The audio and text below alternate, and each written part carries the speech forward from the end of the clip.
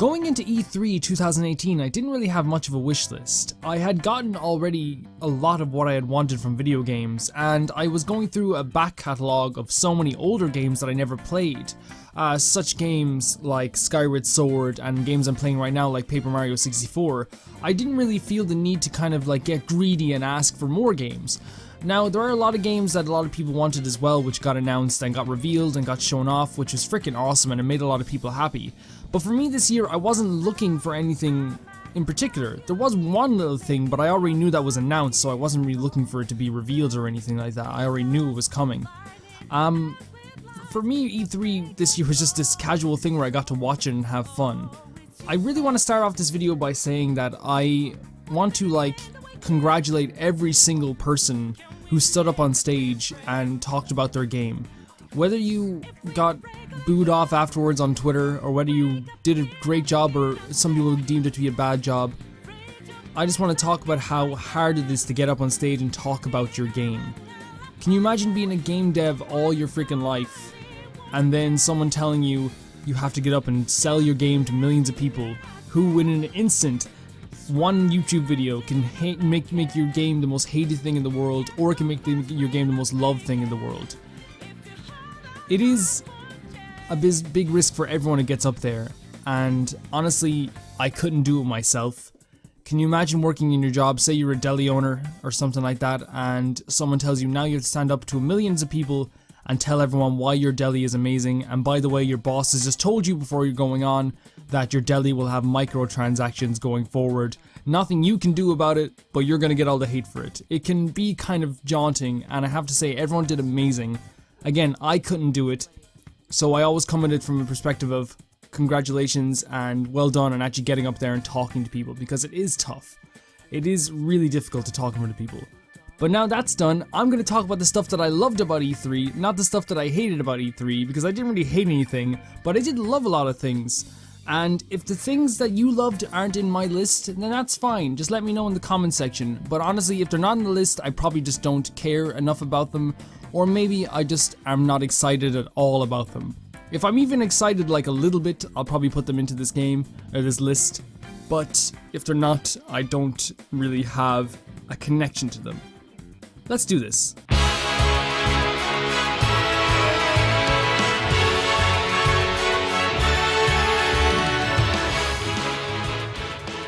So the one thing I actually was looking to see was Resident Evil 2. Resident Evil 2 is one of the greatest horror games of all time, and I personally believe that Resident Evil is the greatest horror franchise of all time. That's my personal opinion.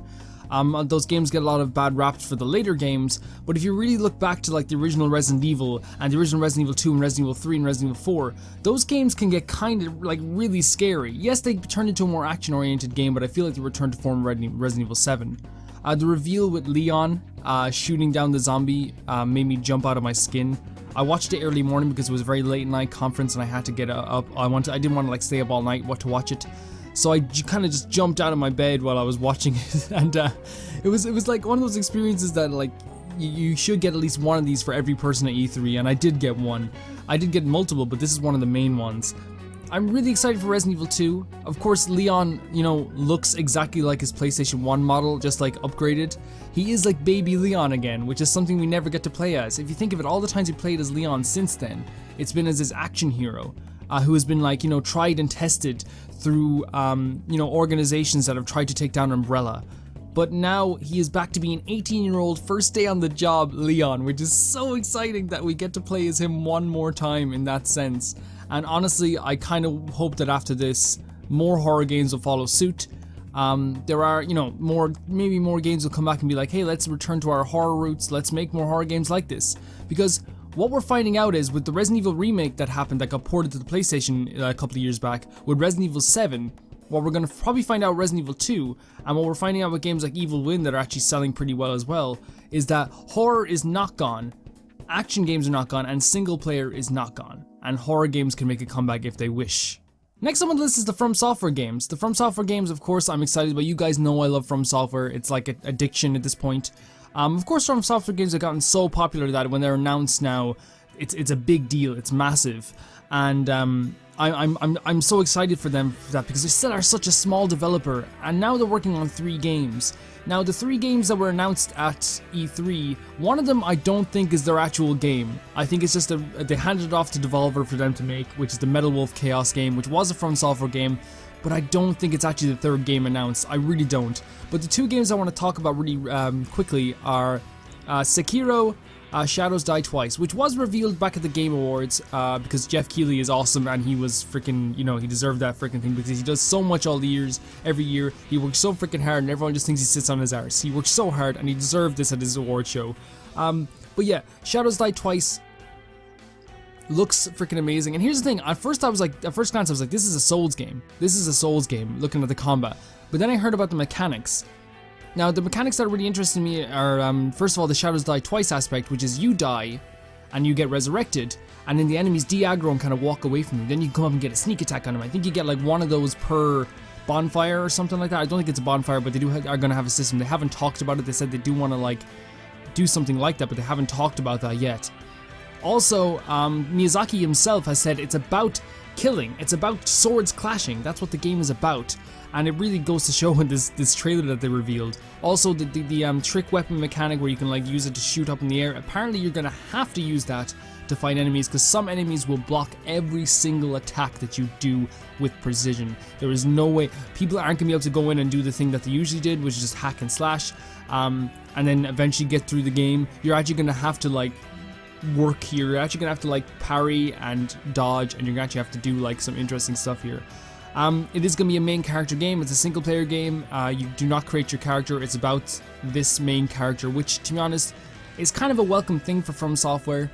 The second game is Deracine, which is going to be a VR game. I'm hoping that you can play it not in VR, but I might just get a VR headset in for it anyway. They said it's going to be 8 hours long. It's about a school where you play as this girl called Yulia. Now, the interesting thing about Yulia is that in Dark Souls 1, there's a sword named Yulia.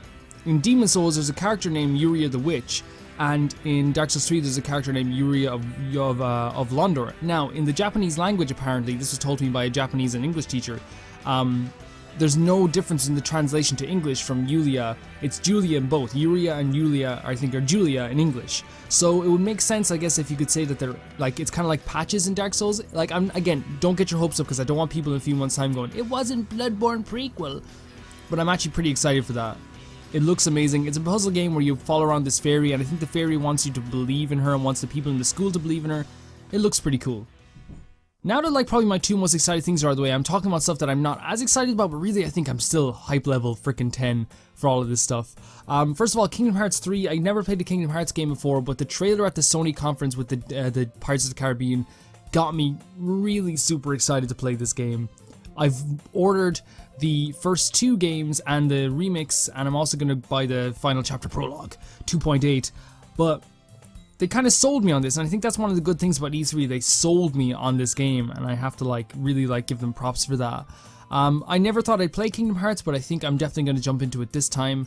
I am going to catch up. I'm going to catch up, hopefully. Spider-Man. I mean, Spider-Man 2 on the PlayStation 2. One of the best things about that game was the web slinging. I spent my whole days web slinging and not actually doing the main quest. I rented that game for a week and did nothing but web slinging. What we want out of a Spider-Man game, for years what we wanted, is an open world where we can just web sling around the place, where it feels fluid but at the same time feels heavy. It feels like you're actually Spider-Man going around the place.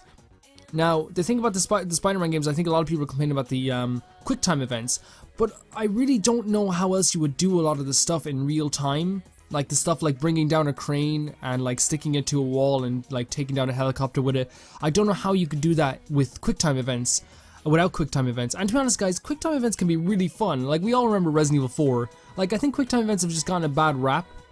I like karaoke in Yakuza. Who doesn't like karaoke in Yakuza? It's the best QuickTime event of all. Again, I'm excited about this game just because I want to fight all the bad guys. I think Spider-Man has the best bad guys. I'm going to probably get so much shit for that. You give me a different opinion. If you think Batman has the better bad guys, I think Spider-Man has just the coolest and kookiest and weirdest bad guys, and that's why I'm so excited to play this game.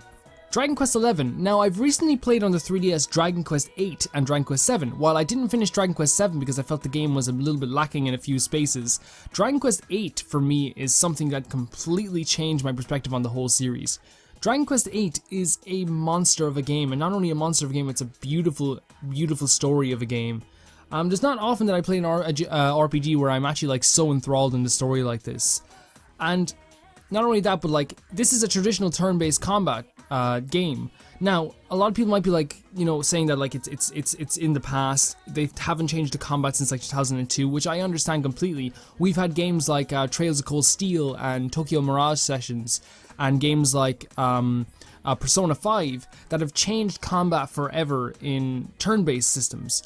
But I would also say that I think there is room now, because of those changing of the combat systems, that for a traditional JRPG with turn-based combat, no random encounters, but also I think the aspects, like the cool little details they added to this game, are really good as well. You play as a very young boy, I think he's like 15 or 16, but the camping sites got me the most. You camp by shrines. I know, you're probably like, Calvin, that's not interesting at all. You camp by shrines, which to me, when I was a kid, I would always feel, even though, you know, there's gonna be jokes about like, you know, perverted things now, but I always feel safe as I was walk by like a police station or a church, because like this is a safe place. So it makes sense that this kid is like, I'm camping by this shrine because this is the safest place I can be.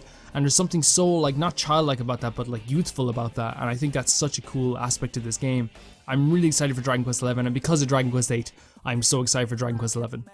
Ghosts of Tsushima. So many people have said so much about this game that like it's almost like silly for me to start saying stuff about it now, but I'm going to, like I might as well.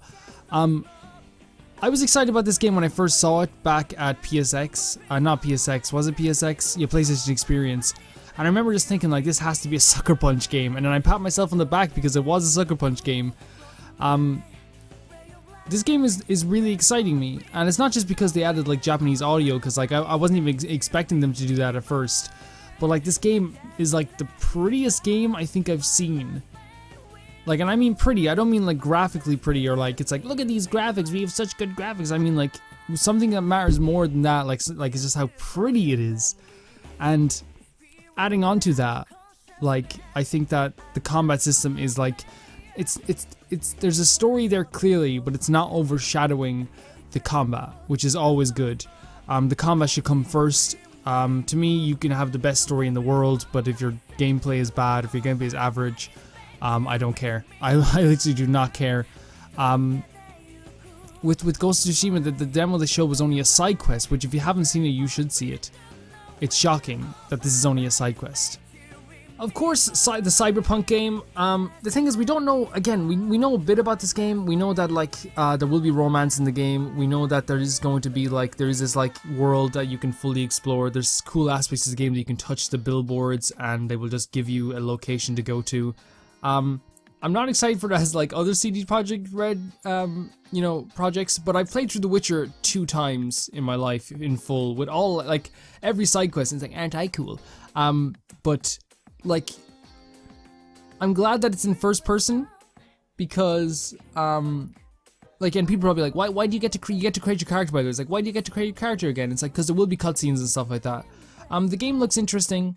I think that there is going to be like a story to tell under that. There is going to be like, I think a lot of relation to the real world, which a lot of people get annoyed by, but I think it's actually perfect in this kind of sense. The world actually looks like a utopia. I'm going to turn to EA right now, and I'm going to talk about two games really quickly. I'm going to talk about Sea of Solitude, and I'm going to talk about Unravel 2. Both these games nearly made me cry, and there's a reason for this. These presenters came out and became genuine, and they told their earnest stories about why they made these games. Sea of Solitude had this woman to come up and talk about loneliness, which you can all relate to, and it was actually sad. She wasn't reading off a prompter. The game actually looks pretty freaking interesting, and I actually I'm really excited to play it. But I think the thing about Unravel and Unravel 2 and that game is that both presenters were earnest and honest. Yes, that presentation, that conference did kind of fall apart 25 minutes in, but those two games there, if they just kept going with that type of stuff, it was, again, the words I would use is honesty. It felt so honest, and it made me feel for those games, and I will play Sea of Solitude when it comes out.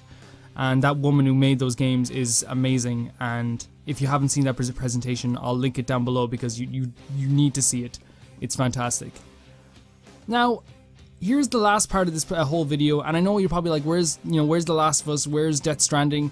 They're probably just not my type of game, and we all have those games that are just not our types of games. We all have games that we like, we all have games we don't like. You can probably tell from my list the types of games that I like, so it's definitely not those. And it's really not about me despising those games or like having this outward hatred towards these games. Some games just don't appeal to people, and a lot of the games I didn't put on this list are just games that I just didn't like or found any interest in. And that doesn't mean you can't enjoy them any less, or that doesn't mean you can't tell me what you liked about those games down below, and please do that, please. As always, because I do like discussion, I do like people telling me, oh, this is why you should be excited. I will probably rebut it and say, oh, maybe I don't like this, but like some people have changed my mind on certain aspects. Like recently someone made me a little bit more excited for Death Stranding than I was, but still I'm probably not going to buy it as I thought I would buy it. Not just Death Stranding, there's other, so many conferences that are just like, I'm not really interested in this or that, but the games that I put here I am really excited for. And to end it all, I'm going to talk about Nintendo, and the two things I want to talk about, even though there's so much, and you can actually see my full reactions, live reactions to the conference, so you can get my actual full unedited thoughts to the video, it'll be in the description below. But I'm going to talk quickly about it since I've already made a video about it.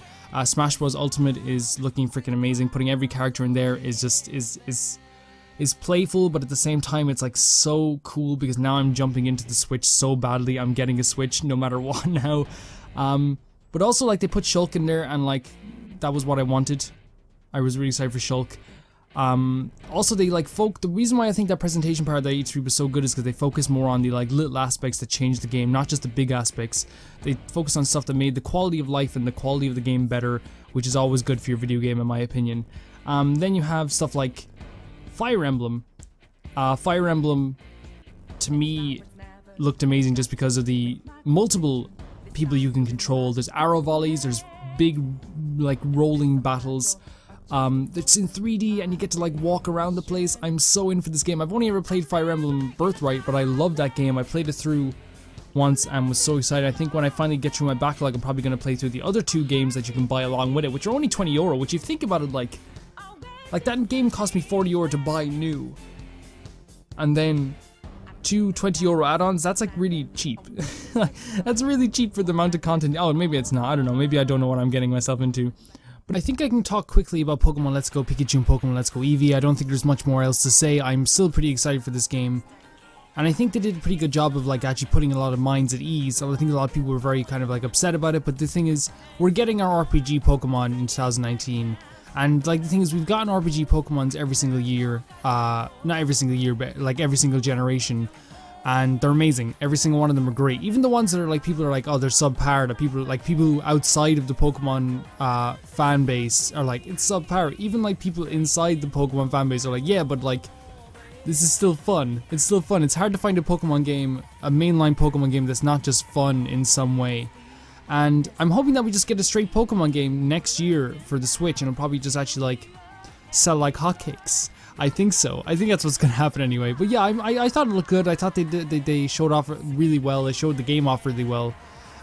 It's really difficult to show off a game like that when it's so many people are thinking it's just a Pokemon Go game, when really it's not. It's just has Pokemon Go integration into it. Very little indeed. Anyway, guys, that's pretty much it. What I have to say about E3. I love E3. E3 is more than just just this event that I watch. I think it's like a holiday for me almost. I love this event so much. It keeps my mind off things. It's also just a great time. It's honestly, I would put the holidays as, for me, Easter, Christmas, Halloween, and of course E3. Those are the holidays for me, and I love it all, and I love every aspect of them. I enjoy every single one of the conferences, even though I can get bored in a lot of them, which we all do. There is still so much that I love about them. And I want to give a shout out to Easy Allies, because I watched those guys all E3.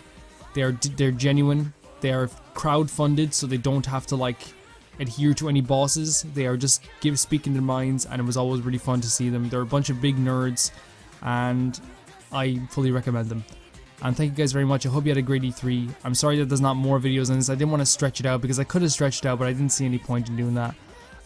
These are my thoughts on the games that I liked, and I will see you guys very soon. Tell me what you think. Bye bye.